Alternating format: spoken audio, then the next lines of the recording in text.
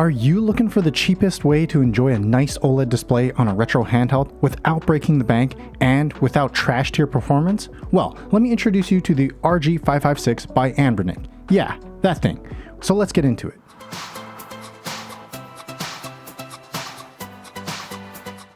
Yeah, I know everyone's raving about the Retroid Pocket 5, but we gotta talk about this thing.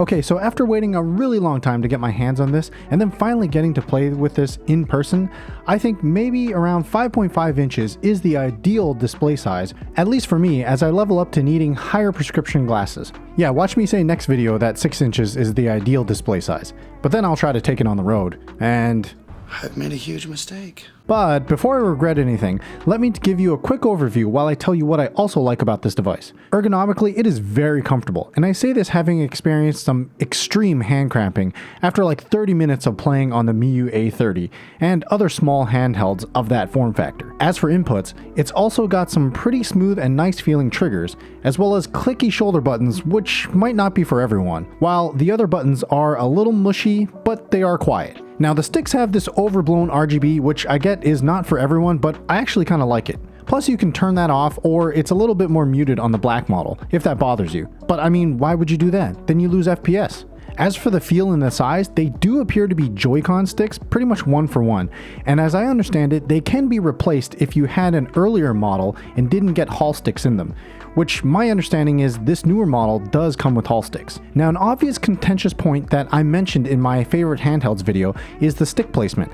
I prefer the stick placement up and the D-pad down for 16:9 or slightly more modern console play. Surely though, if you're a person that enjoys platformers or fighters and you prefer the D-pad up top, yeah, this is a deal breaker for you. That said, the D-pad itself doesn't wobble or wiggle much, and it has a nice smooth texture to it, so you're not chafing your thumbs. I mean, that's what those tiny little thumb sleeves are for, right?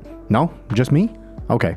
There's also Start and Select on the bottom right side and an ANBERNIC Home button on the left side, and your standard volume and power buttons on the top. Besides that, there's also a micro SD slot under this little flap and a headphone jack, as well as a full feature USB-C port. And I do mean full feature. You can actually plug those Viture XR glasses that I'm always touting into these, and they'll work really well. And that's actually the secret here. If you're somehow coming from one of my XR videos, you'll know that I love these types of glasses, as they do offer some big screen experience that you can't normally have. And get this, because this device is running Android, you can install something like Nebula or Spacewalker and then use it as a kind of virtual remote. Yeah, it's kind of ridiculous. Oh yes, now this is real immersion. What do you mean I look ridiculous? You know what's not ridiculous though? You slapping the like and subscribe buttons.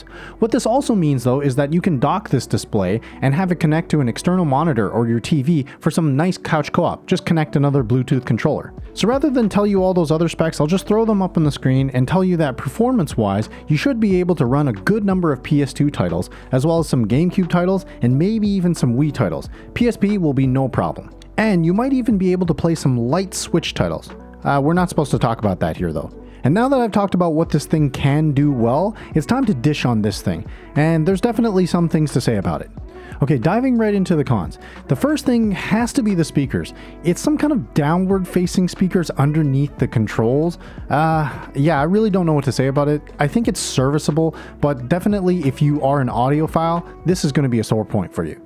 Besides that, I have heard some people complain that this thing is a smudgy mess. Now, that's probably more apparent in the black version, and the black version seems to have a less smooth or rougher texture to it as well. So other than that, I really don't have any complaints about this device, but there is an obvious elephant in the room, which I'm going to mention in my conclusion. Before that though, let me thank mechdiy for sponsoring this video and providing this to me as a gift in exchange for a review.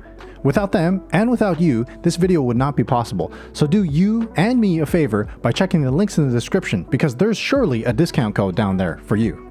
Alright, so let's talk about who I think this device is for. I mentioned in the introduction that this is the cheapest OLED retro handheld that I could find on the market, and this is pretty much true as far as I can tell. The elephant in the room I mentioned earlier is all the buzz around the Retroid Pocket 5, and while I've recently just gotten this device, I completed this review before playing with the Retroid Pocket 5.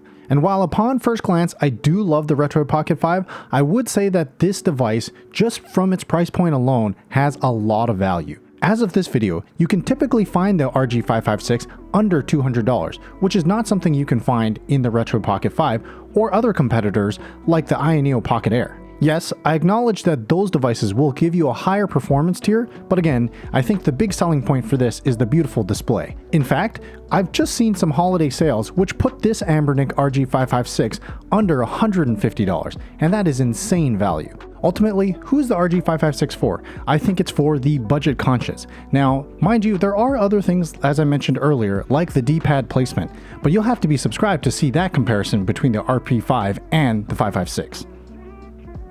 Are there enough 5s in there?